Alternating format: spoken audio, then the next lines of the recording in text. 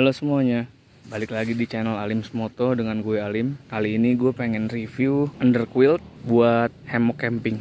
Ini setup camping yang baru aja gue lakuin. Gue udah bermalam nih di sini. Jadi gue pengen ngebahas setupnya underquilt sleeping bag yang gue pakai buat tidur semalam. Yuk kita bahas dulu mulai dari setupnya. Yuk. Gue semalam tidur pakai hammock ini. Ini hammock gue beli di online shop yang unbranded kayaknya deh. Nggak ada mereknya, harganya kayak sekitar 80 ribuan gitu nih. Dia udah dapat tali ini, tali webbing ini gue sambungin lagi ke karabiner yang heavy duty ya, bukan yang gini nih. Nah ini beda lagi ntar. Ini karabiner yang heavy duty sambung ke tali webbing yang gue beli terpisah. Jadi ini kalau mau ngeset ukurannya lebih gampang gitu. Terus atapnya gue pakai flysheet gue yang biasa gue pakai buat solo camping. Biasa gue pakai jadiin tarp tent, gue jadiin tenda yang langsung nempel ke motor. Pernah gue pakai ke Pangandaran juga flysheet dari merek Silky Meika. Gue lupa harganya berapa, ntar coba gue cantumin di sini. Yang ukuran 3x3. Jadi gue bikin ridge line, gak tau deh ini bener apa enggak ya. Gue baru pertama nyoba nih yang kayak begini. Tali ini yang menopang atap ini kehubung ke pohon yang sana juga. Terus dipasak di tiap sudutnya. Sarang satu doang sih. Nah alhamdulillah tadi malam tuh nggak ada hujan, nggak ada badai, jadi damai banget tidurnya. Nah ini posisi kebuka kayak gini. Ini lampu teras, gue ambil dulu bentar. Kalau misalnya kita mau tinggal tidur, ini si banji strap yang buat bawa barang. Ini gue copot dulu. Nah, jadi dia kayak teras gitu. Nah terus bagian sini ini ada pasak pengunci nih. Jadi ini supaya dia lebih turun, angin nggak bisa lewat bawah. Kita kendorin dulu. Nah, yang sebelah sana juga. Nah, nanti tinggal dikenceng-kencengin jadi. Sebelah sana juga bisa dibuka. Jadi ada dua pasak gini, tujuannya biar bisa buka tutup lebih gampang. Total semua pasak yang ada dipakai di setup ini cuma 8 pasak. Untuk si underquiltnya itu dari Wego Pack. Ini underquilt lokal. Menurut gue lumayan sih. Karena kalau lu cari yang online itu yang underquilt itu rata-rata kan semuanya yang gue temui itu dari luar, impor. Itu harganya mahal-mahal banget kalau buat gue. 2 jutaan gitu ya. Jadi pas gue lihat ada ini yang harganya lumayan miring, harganya gue cantumin di sini nih. Itu harga pas gue beli. Di sini pun ada settingannya nih. Kalau lu mau kencang atau kendorin. Dia punya settingan ini. Terus si ujung hammock ini udah dapet tali elastis gitu, karet yang bisa disangkutin ke ujung sini, ke karabiner. Nah, di sebelah sana juga ada yang sebelah ujung satunya lagi. Sebelah ujung satunya lagi juga punya tali penghubung ini. Nah ini juga sambung ke karabiner ini.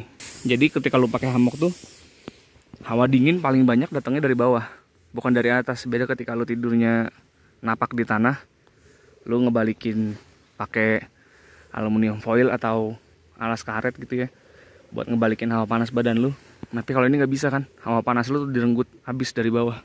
Nah jadi kalau lu lihat nih hammock itu bawah itu kan selalu dilewatin angin ketika malam hari. Kalau nggak ada underquilt ini, itu dinginnya lebih. Biasanya orang ngakalin pakai kasur angin, terus dilapis-lapisin pakaiannya pakai yang bulu angsa. Kalau ini dia prinsipnya sama kayak sleeping bag, kayak selimut, cuman selimutnya dari bawah untuk melindungi angin itu. Bahannya di dalamnya terbuat dari bulu angsa katanya sih ya, goose down. Tapi gue nggak tahu ngecek asli atau enggaknya gimana. Jadi gue percayain aja lah udah.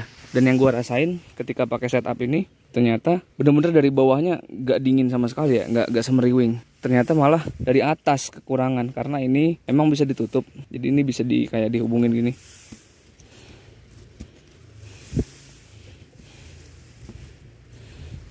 Nah, jadi ketika di dalam dia cenderung nutup, tapi nggak nutup 100%. Jadi anginnya tuh dari atas lumayan berasa. Nah untuk ngadepin itu, yang gue lakuin, untung gue bawa lagi nih si sleeping bag gue yang lama. Jadi gue pakai sleeping bag ini buat nutupin bagian badan atas gue. Tapi nggak gue pakai sebagai sleeping bag, jadi kayak selimut gitu gue pakainya.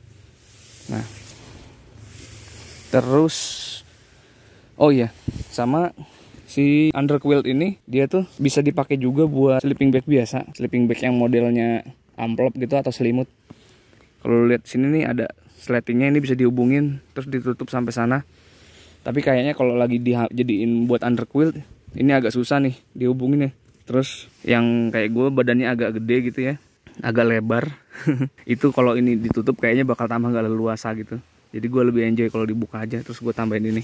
Paling kalau untuk setup ini yang gue rasain, kalau gue bisa beli ini satu lagi mungkin bakal lebih enak kali buat si penggantinya ini. Karena kalau gue bawa di tas itu, dia lipetannya kecil banget. Kayak gini, nanti gue taruh videonya nih. Lumayan kecil gitu dibandingin kalau ini. Wih, kabut cuy.